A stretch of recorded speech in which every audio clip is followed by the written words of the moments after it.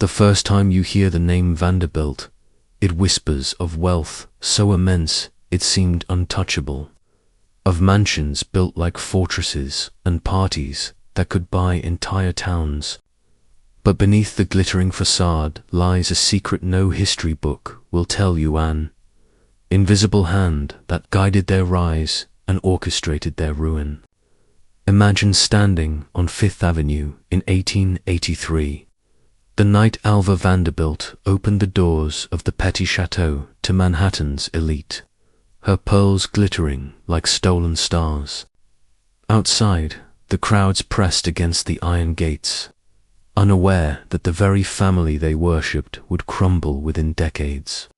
Cornelius Vanderbilt, the patriarch, a man who began with nothing, had forged a fortune larger than the Treasury of the United States.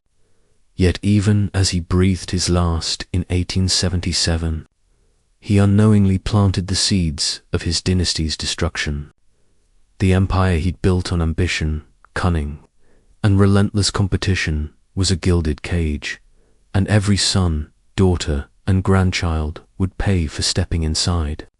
The mansion's marble halls, the sweeping ballrooms, the gardens that stretched for acres were more than displays of wealth, they were warnings. Wealth, power, and social climbing became a psychological battlefield, and each generation learned, too late, that fortune carries a hidden cost. Cornelius's obsession with control, his cold treatment of children, his ruthless deals, and the arrogance of believing money could buy loyalty all created cracks in the foundation. These cracks widened under his heirs, first hidden, then impossible to ignore, until the world witnessed a dynasty that once rivaled kings and czars, reduced to scandal, divorce, and bankruptcy. Tonight, we trace the descent. We will walk through the corridors of Marble House, follow the echoes of laughter in Biltmore's vast halls, and uncover the hidden truths that no guidebook or biographer dares to reveal. This is not a tale of simple misfortune. This is the story of a curse, a psychological and financial contagion that spread like wildfire through America's richest bloodline, leaving a cautionary trail of obsession, betrayal, and ruin. What drove the Vanderbilts to the heights of unimaginable power, and what invisible force ensured their eventual collapse? We are about to descend into the darkest corners of the Gilded Age, where the American dream was twisted into a nightmare, and the Vanderbilts learned too late that even fortunes this vast can be fragile beyond imagining. Cornelius Vanderbilt was no ordinary man. He was a force of nature, a storm clothed in human ambition, and his rise was marked by audacity few could comprehend. Born in 1794 to a modest Dutch family in Staten Island, he left school at 11, illiterate and underestimated, yet destined to reshape the very economy of a young America. His first vessel, a simple passenger boat, seemed insignificant at the time, but it was the spark that would ignite a financial conflagration spanning railroads, steamboats, and shipping lines. He became the Commodore, a man whose name commanded both awe and fear, yet for all his wealth, he was a tyrant in the home. His obsession with power was mirrored by his cruelty toward his own children, whom he saw not as heirs but as instruments, tools, to wield or discard as convenience dictated. He married, he begot, but his love for his family was eclipsed entirely by his love of domination and profit. One daughter would plead for her investment back, only to be denied under the pretext that women were unfit to manage manure, chilling echo of a man who valued wealth above blood. Another son, burdened by debt, was cast out, forbidden even at the father's deathbed. In Cornelius's eyes, only the capable survived. The rest were expendable. Yet his genius was undeniable. Grand Central Depot, the New York Central Railroad, Vanderbilt, University monuments to his vision still stand today as reminders of what one man can achieve when driven by an insatiable hunger. But for all the statues, plaques, and accolades, the darkness lingered. Cornelius built not just wealth, but a system of psychological domination that would haunt generations. The Vanderbilts learned early that to inherit the Commodore's fortune was to inherit a cage of expectation, rivalry, and secrecy. They were bound to prove themselves worthy, or they would fall. Wealth became a test, a crucible, and each generation would face the hidden cost, the erosion of identity, the corrosion of trust, and the obsession with status that the patriarch had embedded like a virus in their very DNA. And yet, outside, the world marveled at their balls, their carriages, their jewels, unaware that behind each lavish display lurked fear, resentment, and the first whispers of a curse that would follow them like a shadow through the gilded corridors of history. Tonight, we trace that shadow. We will uncover the precise moments when ambition turned to obsession, when wealth became a weapon, and when the seeds of collapse were sown deep into the soul of America's richest family. Each revelation will pull you further into a history hidden behind marble, money, and societal approval. And you will begin to see the Vanderbilt dynasty not as a success story, but as a cautionary tale written in gold and blood. William Henry Billy Vanderbilt inherited more than just his father's fortune. He inherited the Commodore's relentless expectations, the invisible chains of ambition, and a family legacy steeped in ruthless competition. Unlike Cornelius, Billy was not a tyrant by nature, yet the weight of being the Vanderbilts' designated steward of unimaginable wealth shaped him in ways both subtle and devastating. At first glance, Billy appeared almost gentle compared to his father's merciless persona, but beneath his calm exterior lay a mind acutely aware of the stakes, and a soul trapped between obedience and desire for a life of peace. He doubled the family fortune, taking $100 million and transforming it into $200 million. Staggering sum that dwarfed nations and defied comprehension, but every dollar carried a hidden cost. The children of the Commodore, now adults themselves, were caught in a web of expectations. They were to uphold the family name, maintain control of sprawling railways, and yet navigate a society that mocked new money while venerating inherited bloodlines. Billy's solution was deceptively simple. He divided responsibilities among his heirs, hoping that shared duty would prevent the greed, rivalry, and despair that had already haunted his siblings. Yet this act, meant to preserve the dynasty, sowed seeds of division. Grand parties, opulent estates, and relentless displays of status became both the armor and the prison of the next generation. Social acceptance was no longer optional. It was mandatory. Alva Vanderbilt, Billy's daughter-in-law, understood this better than most. She wielded wealth like a weapon, constructing the petty chateau on Fifth Avenue and hosting the legendary 1883 ball, an event that thrust the Vanderbilts into New York's elite 400. But social ascendance came with a price. Every dollar spent, every jewel displayed, and every contract signed carried an unseen tax of psychological manipulation, familial tension, and envy.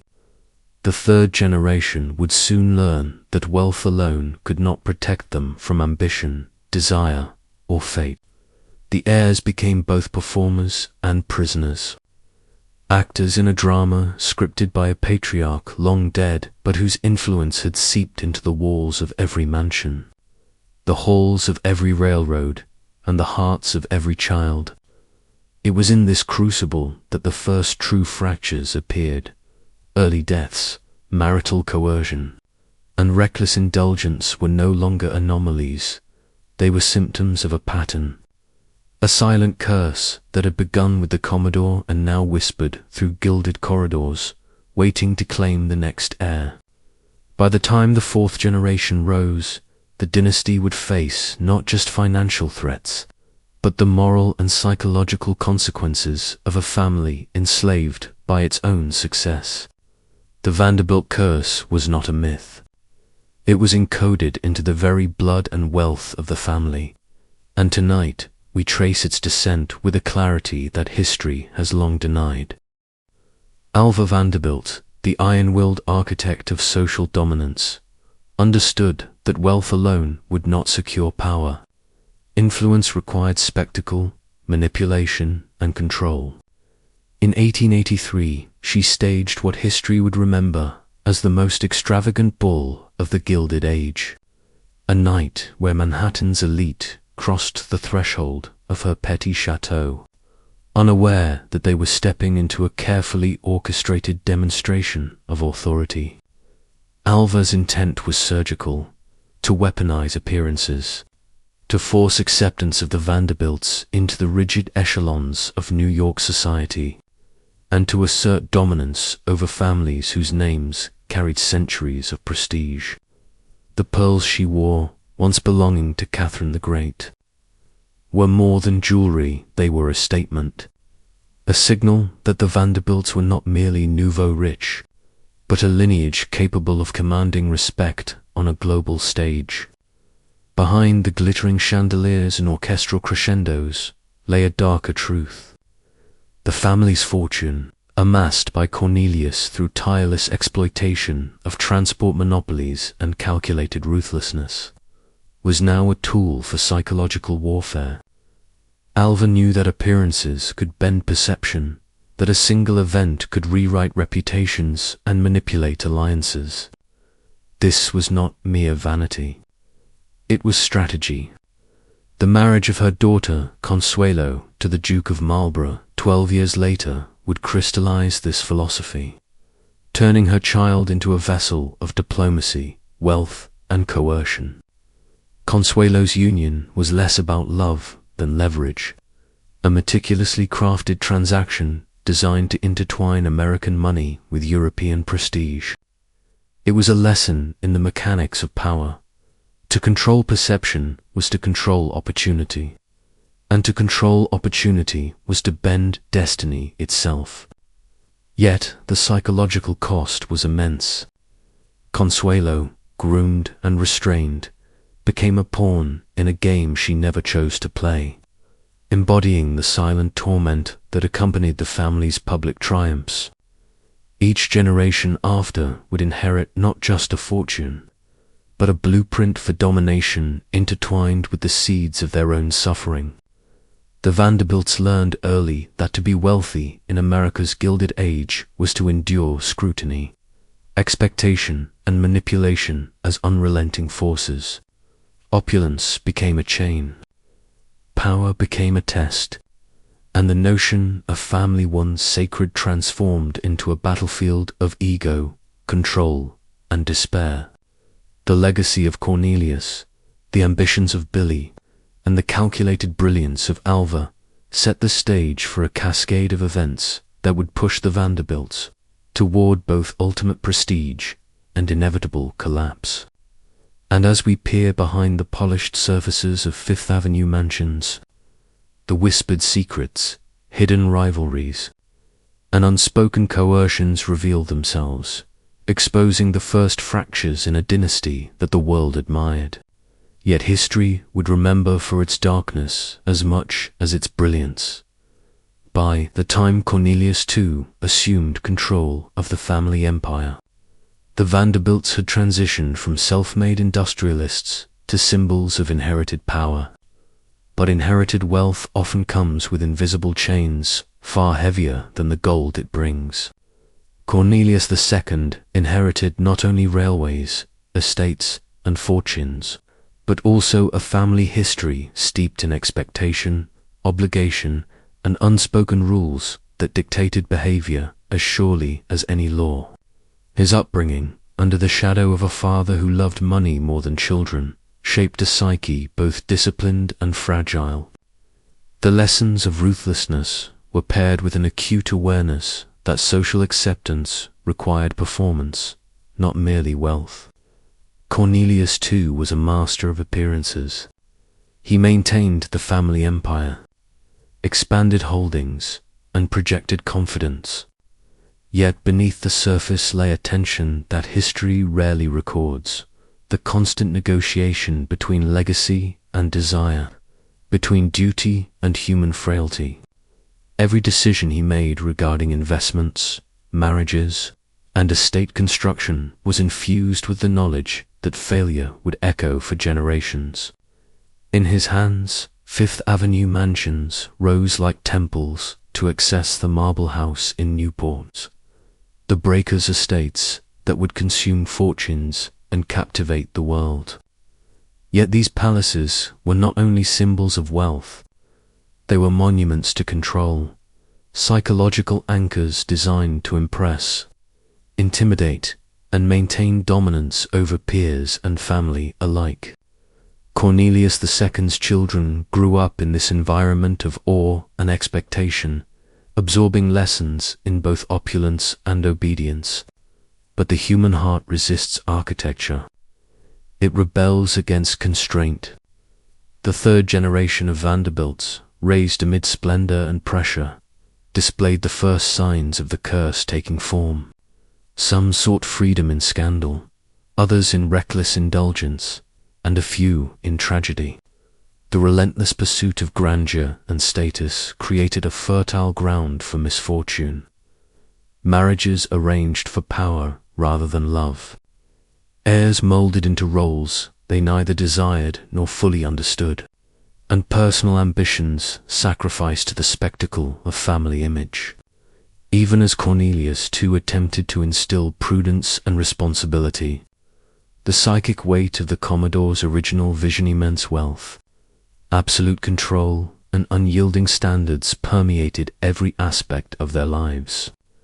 The line between inheritance and imprisonment blurred. By now, the Vanderbilt curse had shifted from a whisper to a presence, a force acting invisibly on decisions, behaviors, and destinies. The empire that Cornelius too carefully curated would soon confront a new reality.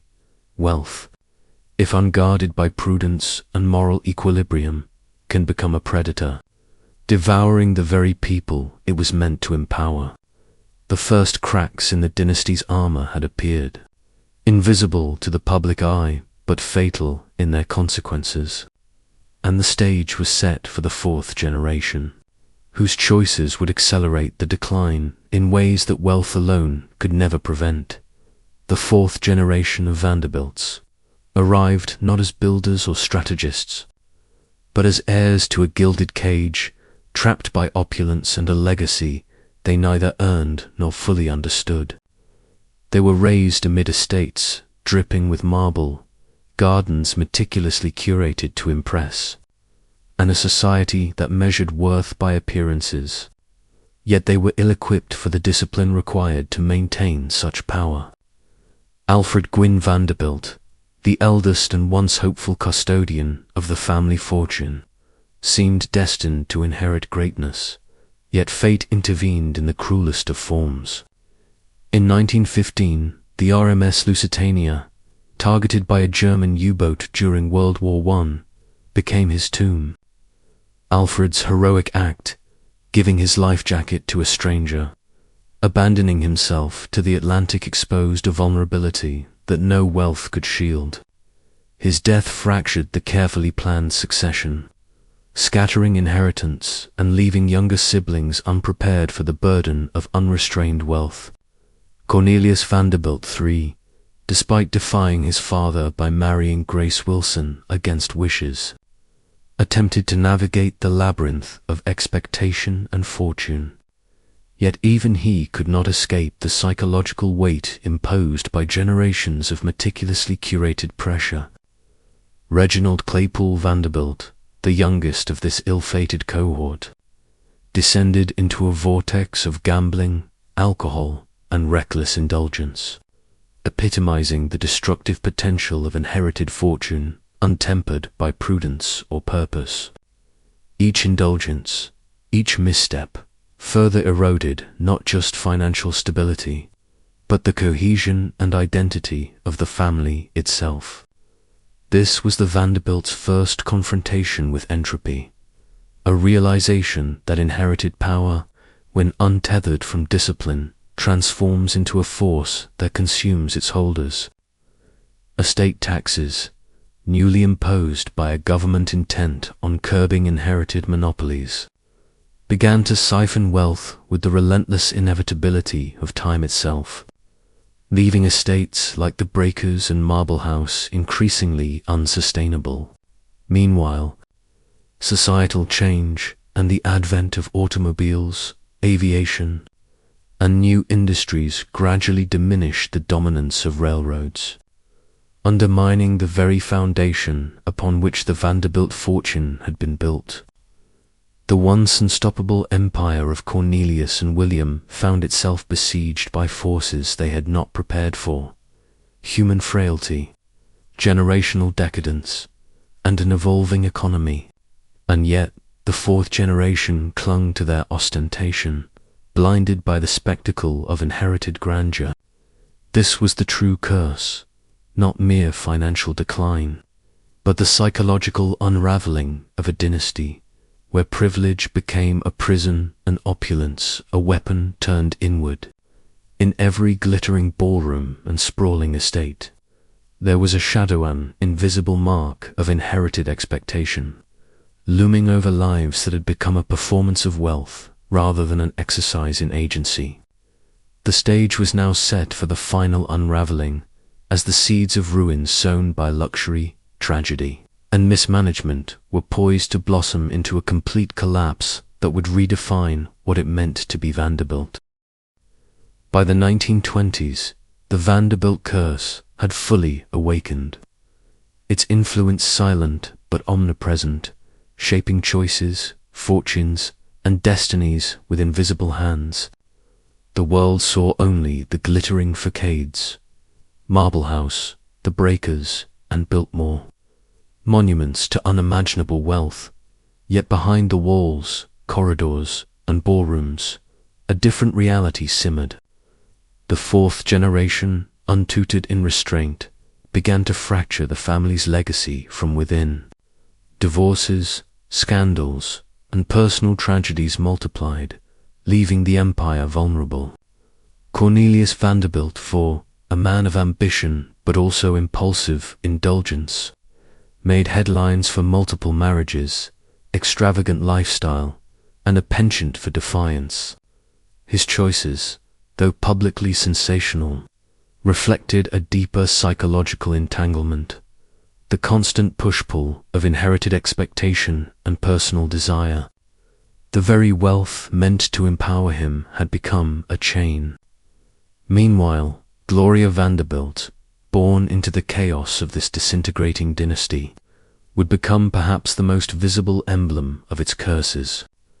Custody battles at age 9, fought between her mother and paternal aunt, exposed not just family greed but the dark undercurrents of control and obsession that had been nurtured over generations. This legal and emotional warfare became a public spectacle, branding her, the poor little rich girl, a symbol of how enormous fortune could simultaneously elevate and imprison. The psychological blueprint established by Cornelius the Commodore, who valued money above love, control above compassion, had threaded itself through generations.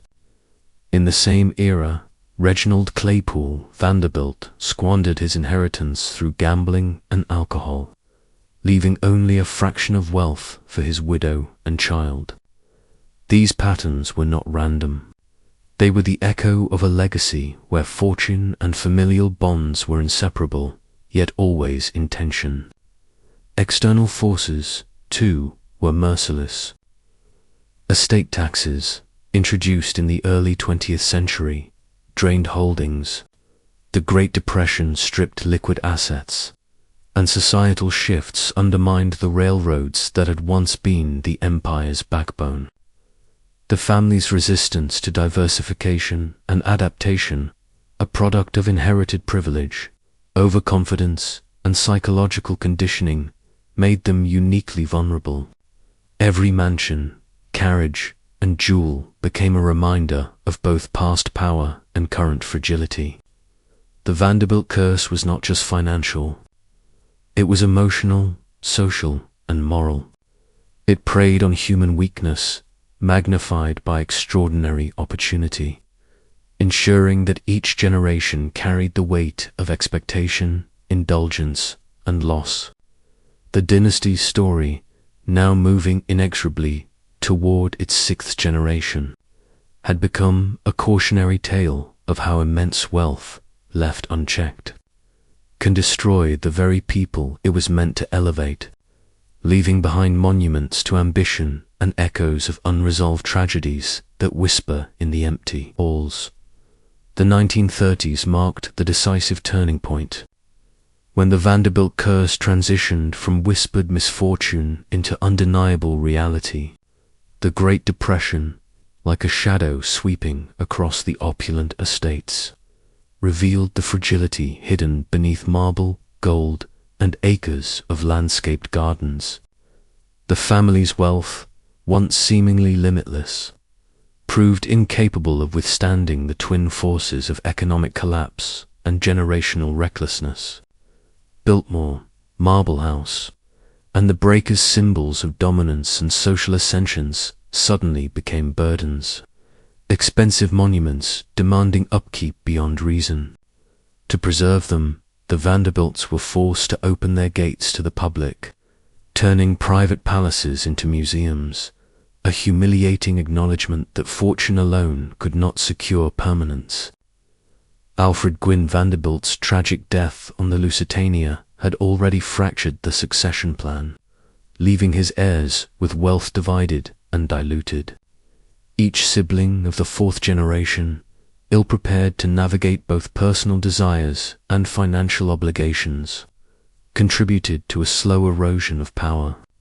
Cornelius Vanderbilt III, though inventive and technologically curious, could not restore the family's dominance. Reginald's gambling and alcoholism only accelerated it. Gloria Vanderbilt, then a child, inherited not just money but the psychological residue of generations of excess and neglect.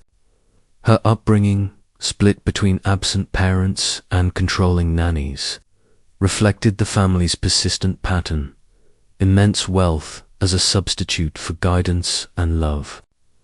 The Commodore's obsessive focus on accumulation had left a vacuum of emotional intelligence that no fortune could fill.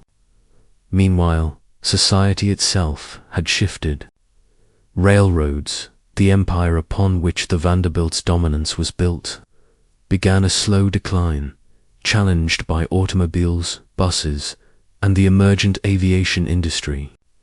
The very infrastructure that had created their fortune was becoming obsolete, and the family's resistance to reinvention amplified their vulnerability. Public perception, too, began to turn. Once celebrated as the embodiment of the American dream, they were now seen as cautionary figures, aristocrats unable to adapt, heirs trapped in a gilded cage of their own making. The curse was evident not just in money lost, but in the psychological imprint it left: patterns of indulgence, early death, scandal, and fractured relationships. Each generation inherited not only dollars, but also the weight of expectation, an invisible contract of behavior that demanded display, excess, and often cruelty. The Vanderbilts' fall was no accident. It was a meticulously scripted descent, a collision of human frailty, structural change, and an obsession with power that had begun with a man who left school at 11 to captain a ferry. And yet, even as fortune dwindled, the family's story retained a magnetic, almost forbidden allure, proof that immense power, once attained, leaves a shadow that lingers long after the wealth has vanished. By the mid-20th century, The Vanderbilt curse had become fully institutionalized, no longer just a pattern of misfortune, but a structural inevitability. The family's sprawling estates, once symbols of unchallenged dominance, now required constant maintenance, taxes, and staffing that exceeded even their immense financial capabilities. The very wealth that had made them untouchable in the 19th century became a trap, tying them to an obsolete lifestyle while the world moved forward without them. Harold Sterling Vanderbilt, perhaps the last shrewd operator of the dynasty, understood this better than most. A brilliant mind, an inventor of contract bridge, and a three-time winner of the America's Cup, he carried the weight of both expectation and legacy on his shoulders. Yet even he could not reverse the inexorable decline. By the 1950s, the New York Central Railroad, the backbone of the Vanderbilt fortune, was in decline, replaced by highways, airlines, and a shifting industrial landscape. Shares that once guaranteed dominance now offered diminishing returns, while estate taxes and regulatory reforms further eroded the family's influence. Behind closed doors, the psychological dynamics that had plagued generations persisted. Marriages were still strategic, divorces public, and rivalries simmered beneath polite society's veneer. The Commodore's obsession with control had passed through time like a contagion, infecting descendants who, though wealthy, lacked the adaptability and focus that had built the empire. Gloria Vanderbilt emerged in this landscape as both a product and a rebel against the curse. Raised amidst custody battles and emotional neglect, she inherited not only a fortune but the blueprint of dysfunction, immense privilege paired with fractured familial bonds. Unlike her predecessors, Gloria sought to reclaim agency through talent, creativity, and entrepreneurship rather than through marriage or inherited social position. Yet the shadow of the past lingered. Her personal scandals, high-profile relationships, and constant media scrutiny mirrored the public spectacles that had defined her forebears. The curse was no longer only financial. It was public, psychological, and symbolic. Each generation had internalized the patterns of indulgence, obsession, and control, manifesting them in ways uniquely destructive to their wealth and reputation. The Vanderbilt legacy was no longer one of economic dominance, but of cautionary intrigue, a story of how unbridled power, left unchecked, can distort morality, relationships, and survival instincts across decades. And while the public saw only the glitter of gowns, yachts, and palaces, insiders recognized the invisible chains of expectation, envy, and inherited trauma that dictated the family's every move. The dynasty had become a labyrinth of wealth, excess, and psychological decay, a gilded cage from which escape was impossible without knowledge, discipline, and defiance. By now, the family's downfall was not just probable, it was inevitable, a dark echo of the Commodore's own ruthlessness turned inward. The stage was set for the final chapters, where the Vanderbilt curse would manifest not through fortunes alone, but through the ultimate test of human resilience and legacy.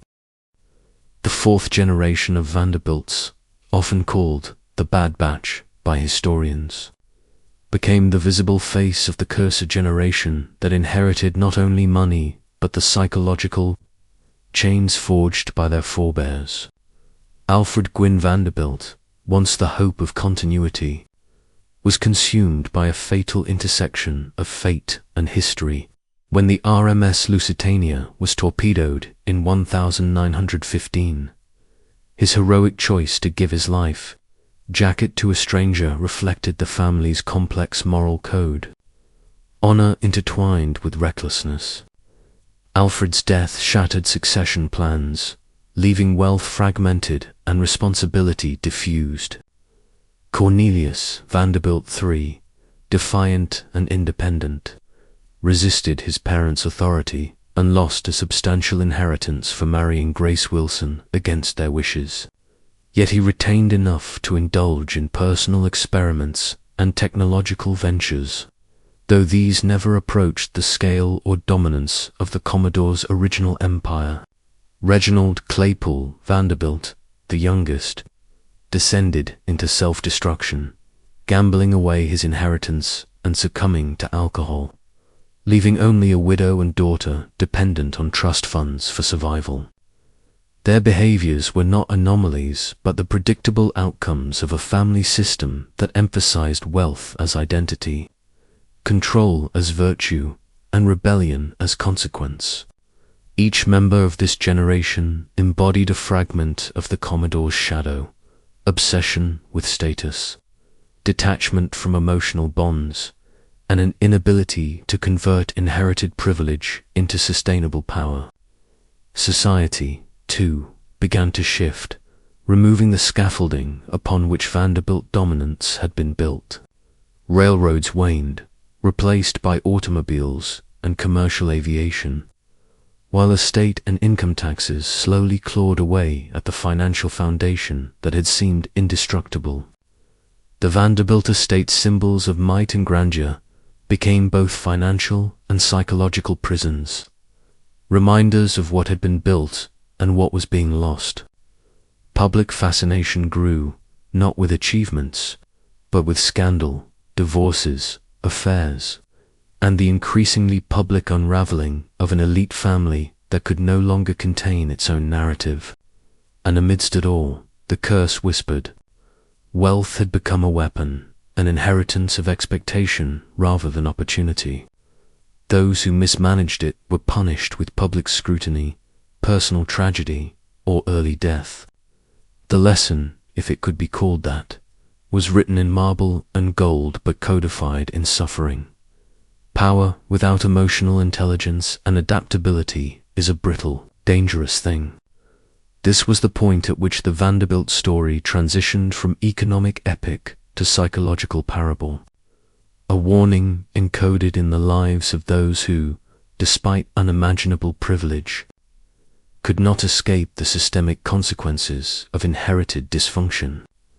Now, as we descend into the era of Gloria Vanderbilt, the stage is set to reveal how the curse evolved from tangible wealth to intangible legacy, shaping identity, freedom, and the capacity to thrive in a world that no longer catered to unchecked opulence. Gloria Vanderbilt's life marked both a continuation and a transformation of the Vanderbilt curse, born into privilege yet abandoned emotionally. She was a sixth-generation scion who inherited the shadow of wealth more than its security. Her early years were dominated by court battles, manipulative guardians, and the constant glare of a public fascinated by the scandal of a poor little rich girl. But Gloria's story is not merely one of inherited misfortune. It is a study in resilience, adaptation, and the subtle psychological inheritance of her ancestors' flaws. Unlike her forebears, she would not rely solely on marriage, social positioning, or family connections. Instead, she carved a path defined by creativity and independence, becoming a fashion designer, artist, actress, and writer, forging a fortune through talent rather than entitlement. Yet even her successes were intertwined with the lessons and curses of the past. The pattern of public scrutiny, so familiar in her ancestors' lives, returned with relentless intensity. Her personal relationships, high-profile romances, marriages, and custody battles mirrored the same dynamics that had destroyed trust and loyalty in previous generations. The psychological inheritance of the Commodore's obsession with control manifested in Gloria's own life in the form of external pressure, expectations of perfection, and the internalized drive to both succeed and survive under public judgment. And then there was Anderson Cooper, her son, who would inherit not a vast fortune but a complex legacy of independence, public performance, and resilience. Unlike prior generations, Cooper's wealth and influence were earned, not inherited. Yet he carried the psychological markers of Vanderbilt lineage: awareness of power, exposure to elite scrutiny, and the knowledge that legacy can be both gift and burden. The curse, it seemed, had evolved. It no longer functioned merely as financial ruin or social scandal. It had become a psychological framework, a hidden code embedded in the ways descendants understood power, family, and self-worth. Wealth was no longer just money. It was expectation, a silent test of discipline, morality, and endurance. Glorious Life demonstrates how the Vanderbilt curse could be navigated and partially transcended through creativity and independence. Yet it also shows that the underlying patterns, the obsession with control, the pressure of visibility, the haunting of legacy cannot be entirely escaped.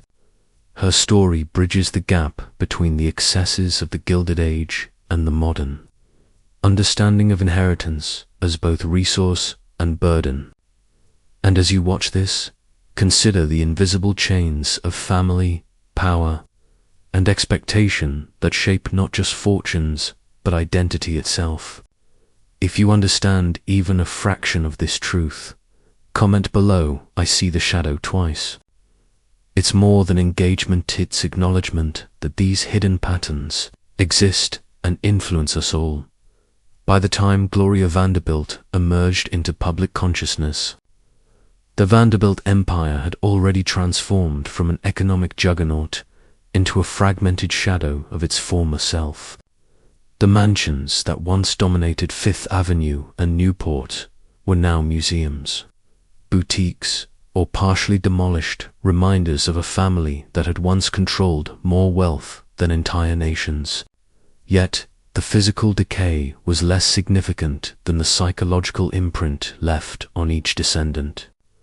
The curse of the Vanderbilts had shifted. It no longer manifested merely in financial collapse, but in the ways each generation struggled under: inherited expectation and societal fascination.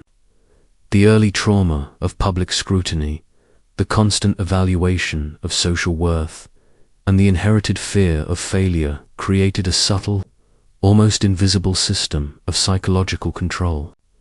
Gloria Vanderbilt, though brilliant and resourceful, was not immune. Her childhood was punctuated by courtrooms, manipulations, and betrayals that mirrored the ruthless business strategies of her ancestors. But this time applied to human relationships rather than corporate empires. In a sense, the Commodore's ghost lingered not as a financier, but as a controlling blueprint of obsession, detachment, and the relentless pursuit of status. This invisible inheritance shaped decisions, personality traits, and the lens through which Gloria navigated the world. Even her philanthropic and artistic endeavors were tinged with the duality of privilege and scrutiny, freedom and expectation, creativity constrained by historical legacy. Her son, Anderson Cooper, inherited this legacy in a different form: the awareness of public perception, the need to perform while maintaining authenticity, and the understanding that wealth, influence, and power can be both liberating and corrosive. The Vanderbilt curse, then, became a story of psychological inheritance as much as financial decline, revealing how systemic patterns can persist through generations, subtly guiding decisions, shaping identity, and influencing relationships long after the original source of power has faded. But the curse was not just personal. It intersected with societal shifts, regulatory changes, and economic transformations that made sustaining such colossal wealth impossible without adaptability and restraint. Each failed investment, extravagant estate, or public scandal was not an isolated event, but part of a larger pattern that reflected both inherited tendencies and external pressures. The narrative of the Vanderbilt family teaches a critical, haunting lesson.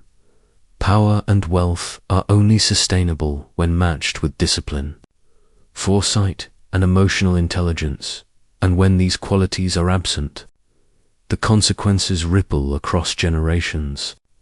Now, as we move deeper into the story, we will uncover how the intersection of inherited psychological patterns and societal transformation ultimately sealed the fate of a dynasty that seemed untouchable.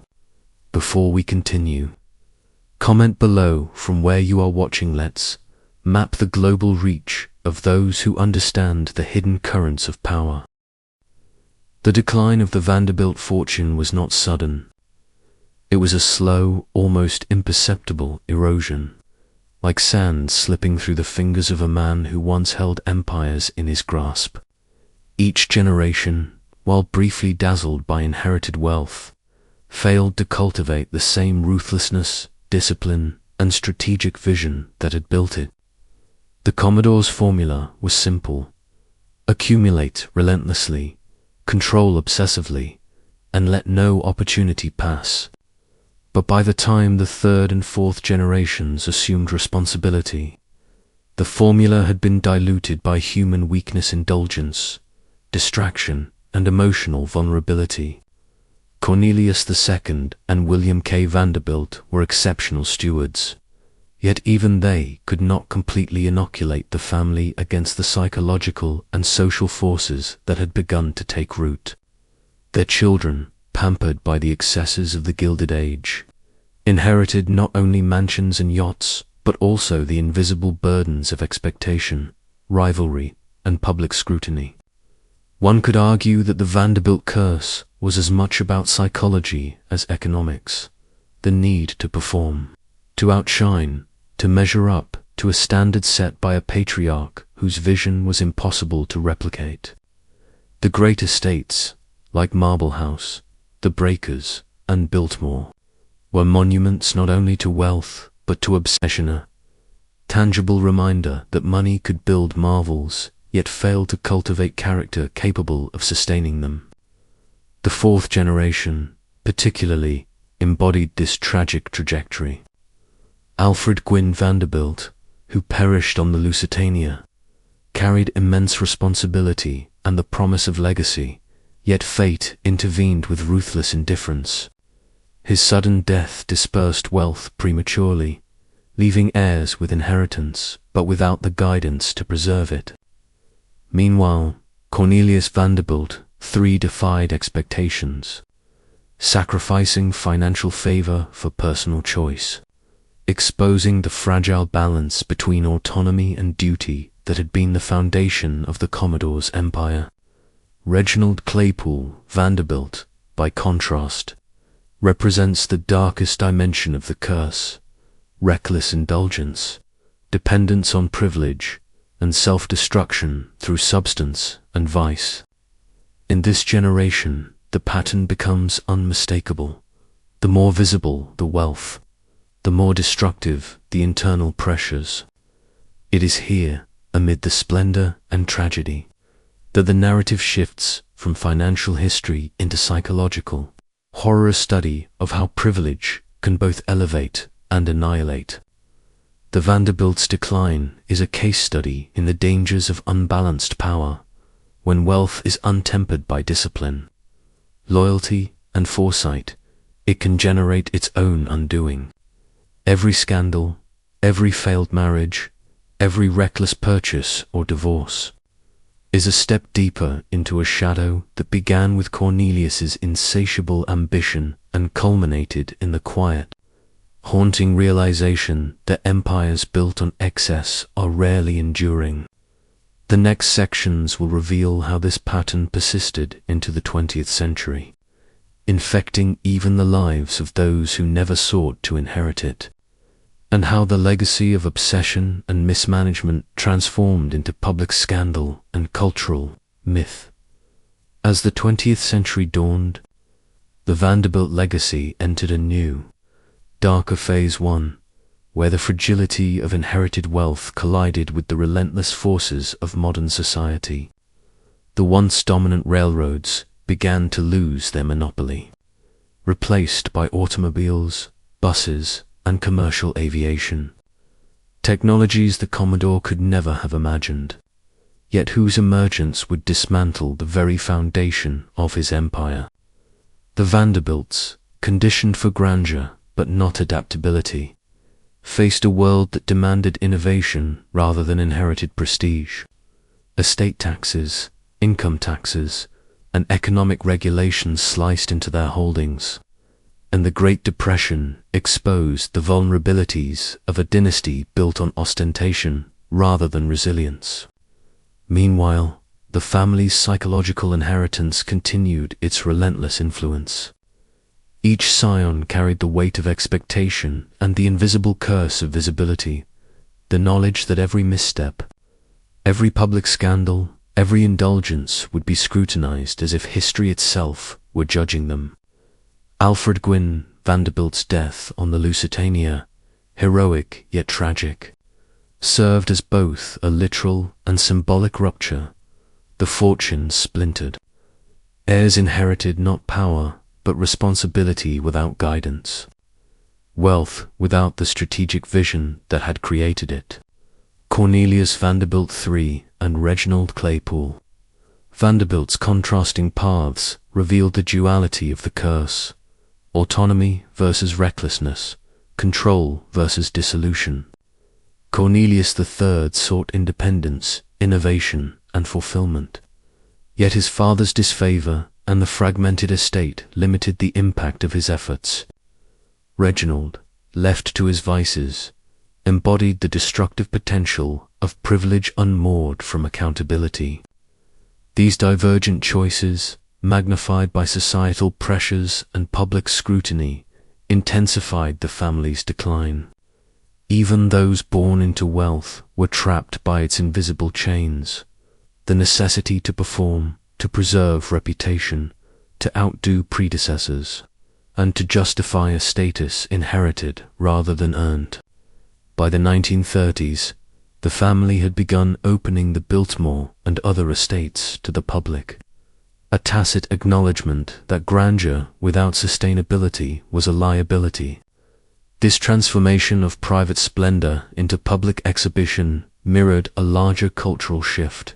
The Vanderbilts, once untouchable, were now subject to economic forces, social judgment, and historical reinterpretation. The curse, it seemed, had evolved from financial mismanagement to psychological imposition, from inherited entitlement to inherited fragility. And yet, amidst this decline, the Vanderbilt story continued to fascinate, a cautionary tale of ambition, obsession, and the limits of human control. Wealth alone could not preserve an empire. Discipline, foresight, and emotional intelligence were as critical as gold. As we move deeper into the 20th century, we will see how these forces converged, culminating in scandal, tragedy, and the ultimate transformation of a family that once symbolized American power and prestige. Before we continue, comment below with a symbolic phrase, "Fortune's shadow twice," is a marker of understanding. For those who recognize the hidden currents of history, by the mid-20th century, the Vanderbilts had become both legend and cautionary tale, their names synonymous with excess, scandal, and the inexorable erosion of inherited power. Gloria Vanderbilt, the daughter of Reginald Claypool Vanderbilt, emerged as the embodiment of the family's complicated Lagosia, young heiress thrust into the public eye, surrounded by legal battles over her very identity and fortune. The notorious 1934 custody trial pitted her mother against her aunt in a courtroom spectacle that riveted the world, branding Gloria as the poor little rich girl whose life was already entangled in power struggles she could barely comprehend. from a psychological perspective, this was the ultimate inheritance, a legacy not of guidance or mentorship, but of conflict, obsession, and societal expectation. Every move she made, every decision regarding her wealth, was scrutinized as though she were performing a ritual in a centuries-old theater of dynastic decline.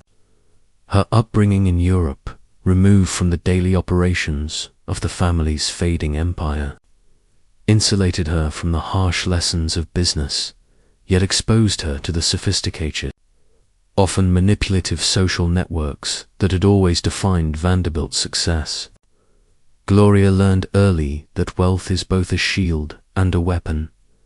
It protects you, but it isolates you, makes you a target for those who covet, envy, or wish to manipulate.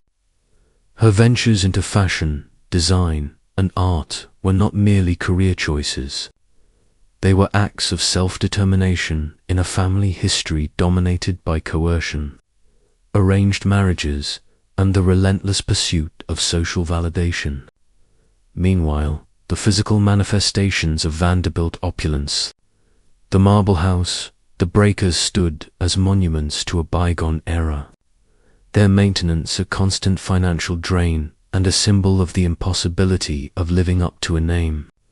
By the time Gloria took control of her inheritance, the fortune had been fragmented by decades of division, death, and legal disputes. Her experience illustrated the ultimate consequence of a multi-generational dynasty built on conspicuous consumption. When wealth is treated as a right rather than a responsibility, it erodes faster than it accumulates. Yet paradoxically, the Vanderbilt curse was not only in the loss of money, it was in the psychological imprint left upon each heir. Ambition twisted into anxiety, privilege twisted into expectation, freedom twisted into obligation. And as Gloria moved through life, balancing independence with public fascination, she became the last visible thread connecting the golden age of railroads and mansions to the modern era of media scrutiny, celebrity culture, and self-made identity. At this point, pause and comment below with where you're watching from. Your location marks you as part of this hidden network of history watchers, those willing to confront truths that most ignore. The story is far from over, and as we continue, the next generation's choices reveal just how deeply the shadow of the Vanderbilt curse reaches. The shadow of the Vanderbilt curse did not end with Gloria. It seeped into every corner of the sixth generation, a psychological residue of ambition, indulgence, and neglect. Anderson Cooper, her son, inherited not a vast fortune, but the weight of expectation, the echoes of scandal, and a family legacy that had been built, shattered, and rebuilt in countless variations.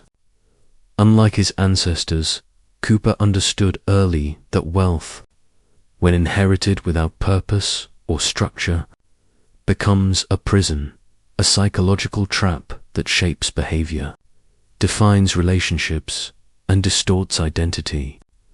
He witnessed firsthand the public's fascination with his mother's life, her triumphs and scandals, alike learning that visibility can be as binding as any legal trust or estate. This generation represents a shift in the Vanderbilt narrative, from ruthless accumulation to a nuanced confrontation with legacy, from domination of industry to mastery over self. Cooper's life illustrates a rare form of agency within a family history dominated by compulsion, coercion, and spectacle. By rejecting the automatic inheritance of wealth, he forced the family's narrative to confront its most dangerous lesson, that money, left unchecked, corrodes not only the material fortune, but the very fabric of familial cohesion. In doing so, he exposed the underlying structural flaw in dynasties, the illusion that wealth guarantees power, respect, or happiness.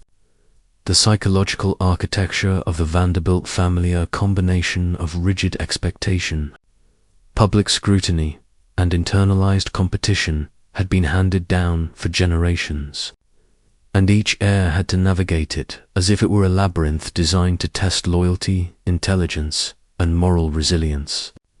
Cooper's refusal to rely on inherited capital represents a conscious unraveling of this architecture, a rejection of the deterministic forces that had shaped every prior generation. Yet, even as he carved out a life on his own terms, the symbols of past grandeur loomed: the estates, the tales of opulent balls, the debts of the family name in the court of public opinion. These remnants act as a silent psychological chain, demonstrating the enduring power of cultural and familial myth. Every heir, whether they embraced the wealth or rejected it, became an actor in a drama scripted long before their birth, a drama that melded ambition with dysfunction, privilege with tragedy, an opportunity with inevitable consequence. Understanding this is key to decoding the Vanderbilt curse. It is less about dollars lost and more about the corrosive legacy of inherited expectation. Wealth in the wrong hands is not freedom, it is a mirror of obsession, and the Vanderbilts provide the clearest reflection. Now, take a moment and comment the phrase "golden shadows" twice in the comments section. Your engagement signals that you understand the depth of this story and are willing to peer into history's forbidden corridors with me. As the 20th century advanced, the Vanderbilt estates, once gleaming symbols of unmatched wealth and social dominance, began to decay under the weight of mismanagement, taxes, and generational neglect.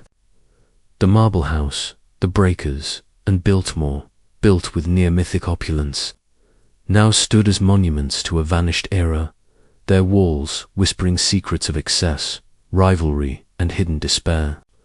The Vanderbilts had spent centuries mastering the art of conspicuous consumption, yet they had failed to master what their patriarch Cornelius had never taught them: restraint, foresight, and the delicate stewardship of legacy. Each successive generation, intoxicated by the aura of inherited power, believed themselves immune to the forces of time, economic change, and personal weakness. Their wealth became a psychological trap, an invisible cage reinforced by public expectation and internalized ambition. By the 1930s, the Great Depression forced the family to confront the limits of their fortune. Estates were opened to the public, luxury liquidated, and family jewels auctioned. Yet even these measures could not reverse the inexorable decline. The Vanderbilt narrative reveals a chilling truth: unchecked fortune, when divorced from discipline and vision, erodes not just material holdings, but the moral and emotional structure of a family. The contrast between the early Commodore and his descendants is stark. Cornelius operated in a landscape of opportunity and lawlessness, exploiting every loophole and bending every rule. Yet he maintained singular control, ruthlessly centralizing power and vision. His heirs, while equally privileged, were fractured, distracted, and psychologically unprepared for stewardship. The interplay of indulgence and inadequacy created fissures within the family, as wealth became both weapon and curse. Beyond financial collapse, there was a subtler, more insidious unraveling, a loss of identity. The Vanderbilts, once synonymous with influence and mastery, became emblematic of excess and dysfunction, their name a cultural shorthand for the dangers of untempered privilege. Amid this decay, fragments of brilliance persisted: Gloria Vanderbilt's creative triumphs, Harold Sterling Vanderbilt's innovations in bridge and yachting, but these were exceptions. Flashes of control in a legacy otherwise defined by mismanagement and tragedy. The estates, now museums or repurposed spaces, function as relics of a cautionary tale. They are beautiful, monumental, and hollow, reminders that power without purpose can be as destructive as any curse. And as you imagine walking these empty halls, consider this. The Vanderbilt curse is not merely a tale of wealth. Lost it is a study in the psychological architecture of collapse, the human inability to sustain what one does not understand. From these shadows emerge the truths rarely discussed: obsession, neglect, and the invisible chains of expectation. Now, pause and comment below. Where are you watching from? Your participation marks your presence in this dark journey through history. By the mid-20th century, the Vanderbilt legacy had splintered into fragments, both material and psychological, each heir navigating a landscape shaped by inherited expectation, public scrutiny, and personal failure. The once formidable New York Central Railroad, the backbone of Cornelius Vanderbilt's empire, had been sold off in pieces, leaving the family with neither control nor the unifying vision that had once driven them to unprecedented heights. The mansions, symbols of status and power, stood increasingly empty, their marble floors and gilded halls echoing with the ghosts of ambition and rivalry. Behind the facade of opulence, the Vanderbilt's internal world was a labyrinth of resentment, unhealed wounds, and secret vendettas. Alfred Gwynne Vanderbilt's death aboard the Lusitania, a heroic yet tragic act, was emblematic of the family's vulnerability. Even immense fortune could not shield them from history's darker currents. Each successive generation, insulated from struggle yet burdened with legacy, faced a paradox. They inherited power but lacked the comprehension or desire to wield it responsibly. The women of the family, often treated as pawns or trophies by Cornelius and his immediate successors, began to reclaim agency, yet this agency was complicated, fraught with scandal, divorce, and public scrutiny. Gloria Vanderbilt, perhaps the most emblematic of the sixth generation, navigated a world where fame, fortune, and personal tragedy collided. Her life, marked by legal battles, multiple marriages, and the relentless gaze of media, underscores a deeper truth. Wealth can amplify vulnerability, exposing fractures in character that might otherwise remain hidden. As estates fell to the public, as fortunes dwindled, and as family members pursued lives divorced from the original empire, the Vanderbilt story transformed from one of triumph to cautionary legend. It is here, in the shadowed aftermath of immense power, that the family's psychological curse becomes evident. The lessons of Cornelius' ruthlessness, obsession with control, and the suppression of emotional attachment became toxic when untempered by empathy or strategic vision. Wealth, in this context, was both a weapon and a prison, a force that defined identity while simultaneously eroding it. The Vanderbilt narrative illustrates the fragility of human systems, the way privilege can erode moral, emotional, and financial resilience over generations. And in observing this decay, we confront a broader historical pattern. Great dynasties rarely fail from external enemies. They collapse from within, driven by greed, hubris, and the inability to reconcile past glory with present reality.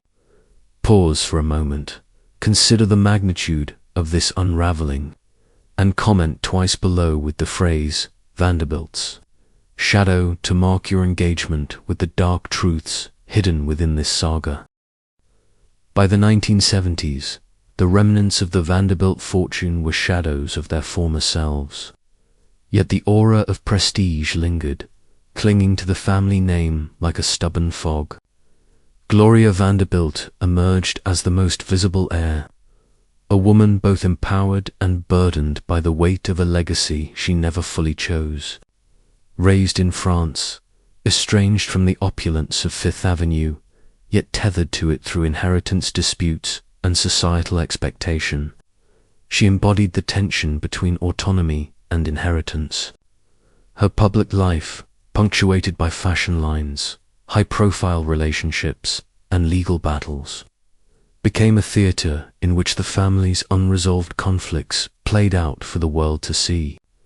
Yet beyond the headlines, there was a deeper psychological echo of Cornelius Vanderbilt's ethos: control, dominance, and the suppression of vulnerability. Gloria, like her ancestors, grappled with the paradox of wealth. It offered freedom, yet imposed scrutiny, elevated status, yet demanded performance. Meanwhile, the physical symbols of the family's past marble mansions, sprawling estates, and private rail lines had been liquidated, gifted, or converted to museums. Each sale, each demolition, was a public marker of decline. Yet for the family itself, it was a private reminder of missed opportunity and fractured continuity. The Vanderbilt children, many of whom had grown up with nannies, tutors, and trustees instead of parental guidance, navigated a world where money could not substitute for legacy, character, or cohesion. This dislocation, this fracture between privilege and purpose, illustrates the insidiousness of inherited wealth when divorced from responsibility. The more the family tried to maintain appearances, the more evident their vulnerability became. In parallel, society's fascination with the Vanderbilts intensified.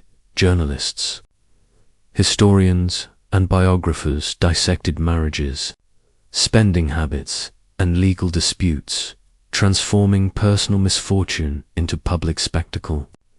This magnified every misstep, embedding the narrative of the Vanderbilt curse into American consciousness.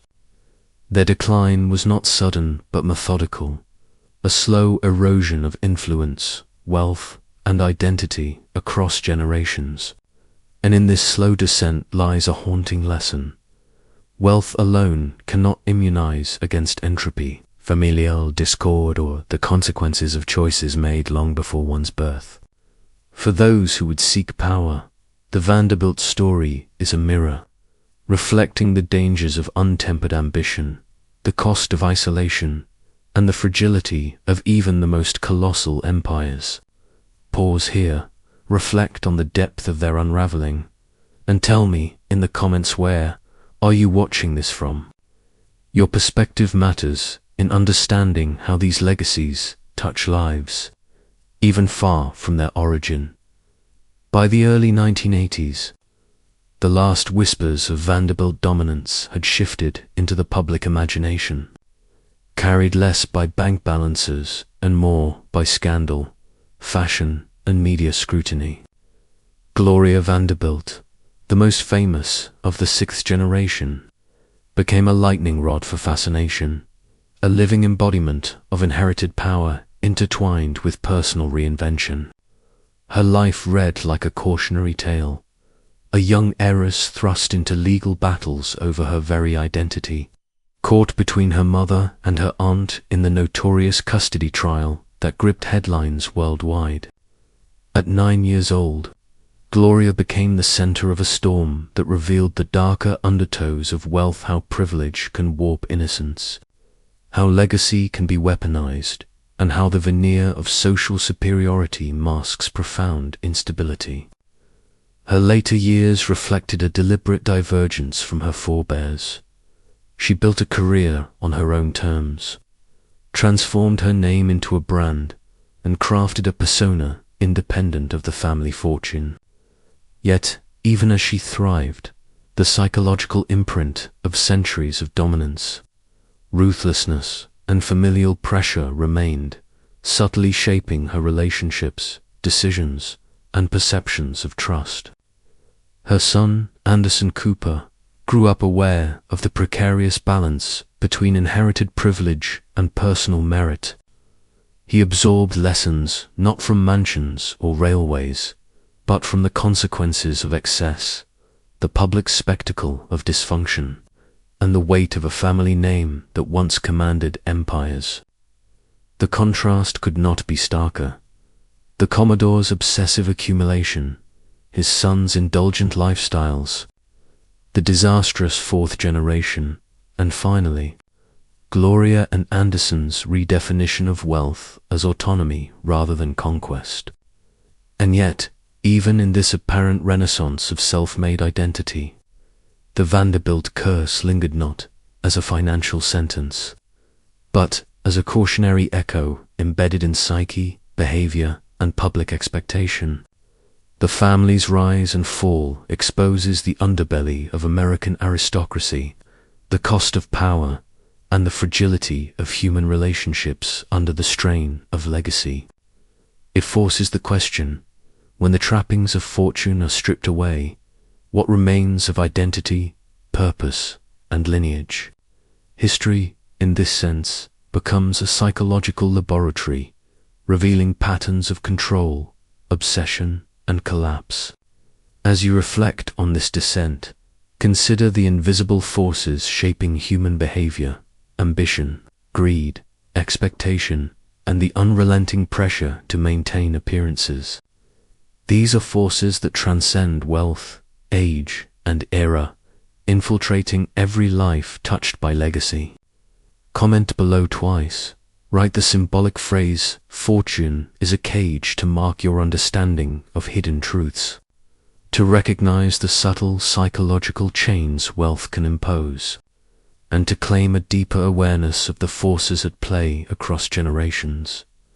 The final unraveling of the Vanderbilt dynasty was not marked by a single catastrophic event, but by a series of quiet, corrosive failures that revealed how fragile even the greatest empires can be when legacy is mismanaged. By the mid-20th century, the family's holdings, once vast and untouchable, had begun to fragment under the weight of taxation, societal change, and generational missteps. The New York Central Railroad, the backbone of their wealth, faced obsolescence in the age of automobiles, buses, and commercial aviation. Shares once traded like gold in the hands of the family were sold off, diluted, and slowly converted into fleeting symbols of prestige rather than instruments of power.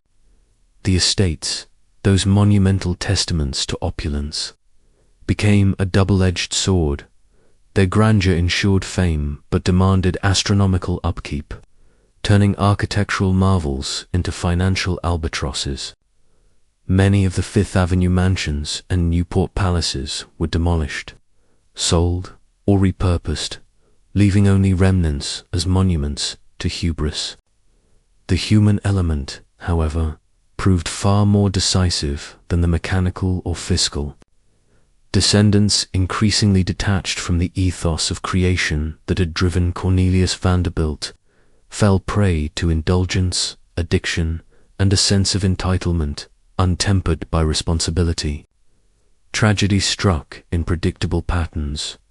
Alfred Gwynne Vanderbilt perished heroically on the Lusitania, leaving heirs ill-prepared to manage a fortune they barely understood. Reginald Vanderbilt succumbed to vice and mismanagement. Other family members, divorces, erratic spending, and personal scandals splintered cohesion and eroded public respect. Through it all, the psychological burden of expectation and the invisible weight of a legendary name haunted each generation, shaping choices in ways that were subtle, corrosive, and ultimately Gloria Vanderbilt's life story, intertwined with fashion, media, and art, illustrates both the persistence of the Vanderbilt mythos and its transformation. Wealth became a tool of self-expression rather than domination. Anderson Cooper, inheriting little but history, represents the final pivotal generation freed from the chains of inheritance, yet still shadowed by the consequences of centuries-long accumulation and collapse. The Vanderbilt saga reveals the truth that no amount of money can insulate a family from internal conflict, human frailty, or the inexorable pressures of social and economic change. It is a dark mirror of the human condition. Ambition unchecked by wisdom becomes tyranny. Wealth divorced from stewardship becomes decay. And power, no matter how absolute, is only as lasting as the hands that hold it. Comment below where you are watching from your city.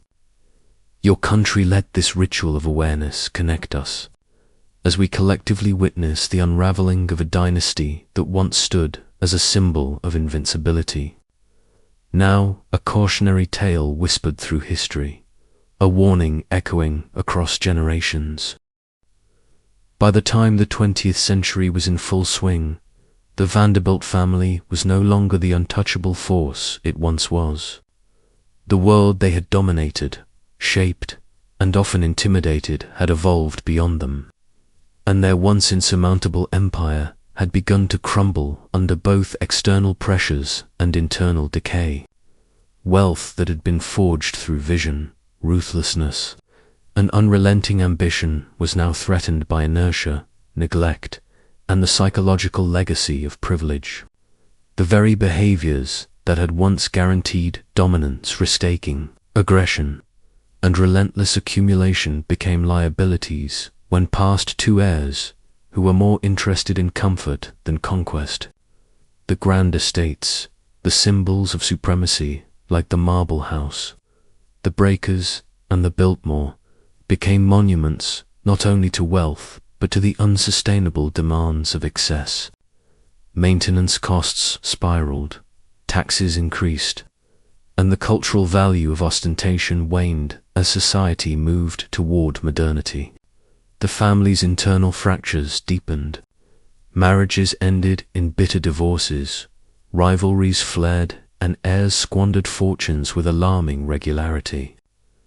Gloria Vanderbilt's custody battle in 1934 epitomized the family's public implosion, where money and power became weapons in a war of personal vendettas rather than tools for growth. Meanwhile, the economic world that had enabled Cornelius Vanderbilt to dominate industrial monopolies, unregulated markets, and limited taxation had been replaced by modern corporate structures, inheritance taxes, and social scrutiny, making the preservation of dynastic wealth exponentially more difficult. Even those who attempted to maintain the legacy, like Harold Sterling Vanderbilt, faced a reality where traditional avenues of influence, like railroads and shipping, were no longer viable sources of enduring power. Every misstep, every scandal, and every indulgence acted like a slow-acting poison, eroding what had once seemed eternal. The narrative of the Vanderbilts is a psychological case study in the dangers of inherited power, the burden of expectation, the corrosive effects of entitlement, and the seductive yet destructive nature of excess. The family's fall was not sudden, it was a protracted collapse that unfolded over generations, a study in how human flaws, when magnified by unimaginable wealth, can turn an empire into a cautionary tale. Comment below the curse of wealth twice if you understand how fragile power and fortune truly are, and let this acknowledgement bind us as witnesses to the inevitable consequences of unchecked privilege. This is more than history, it is a lesson etched in marble, gold, and the broken dreams of one of the greatest dynasties America has ever known. By the time Gloria Vanderbilt inherited what remained of the family fortune, the Vanderbilt name had shifted from awe-inspiring to cautionary, a symbol of both excess and downfall. Gloria's upbringing was steeped in privilege, yet marked by absence, neglect, and the constant scrutiny of public fascination. Her father, Reginald Claypool Vanderbilt, had left her a fragmented fortune, a trust that could barely compete with the multi-generational wealth once controlled by Cornelius and William. Yet in this apparent scarcity, Gloria's story diverges sharply from her predecessors. She became a self-made icon, building her reputation as a fashion designer, socialite, and author, thriving despite the shadows of a family history riddled with tragedy, scandal, and loss. In many ways, Gloria embodied a quiet rebellion against the patterns that had destroyed her forebears: discipline over indulgence, creativity over entitlement, independence over dependence. Her son, Anderson Cooper, inherited neither the boundless riches nor the burdens of expectation, instead receiving a psychological inheritance, the lesson that wealth is transient, that power without responsibility is hollow, and that true legacy is measured in resilience and self-mastery. This generation's approach highlights a profound psychological recalibration after centuries of obsession with status, estates, and opulence. The tragedies that befell earlier generations, the Lusitania sinking, gambling and alcohol-fueled mismanagement, relentless divorces, and familial estrangements, served as grim reminders of the dangers lurking behind unearned privilege. Wealth, in the hands of those unprepared for its psychological weight, becomes a corrosive agent, eroding relationships, sanity, and identity. Gloria's life illuminates a subtle yet powerful truth. Fortune is a tool, not a guarantee, and its misuse has consequences that echo for generations. By reclaiming agency and redefining her identity outside of inheritance, she symbolically breaks the cycle that had entrapped her ancestors.